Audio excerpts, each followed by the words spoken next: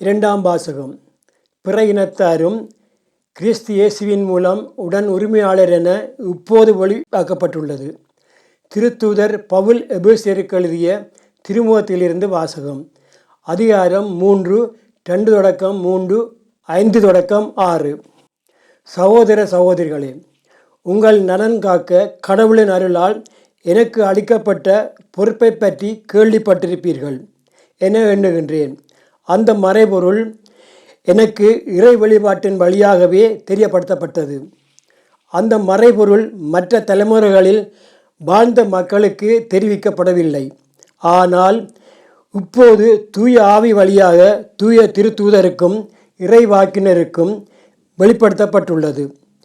நற்செய்தியின் வழியாக பிற இனத்தாரும் கிறிஸ்து இயேசுவின் மூலம் உடன் உரிமையாளரும் ஒரே உடலின் உறுப்பினரும் வாக்குறுதியின் உடற்பாங்கங்களிலும் ஆயிருக்கிறார்கள் என்பதே அம்மறைபொருள். இது ஆண்டவரின் அருள்வாக்கு.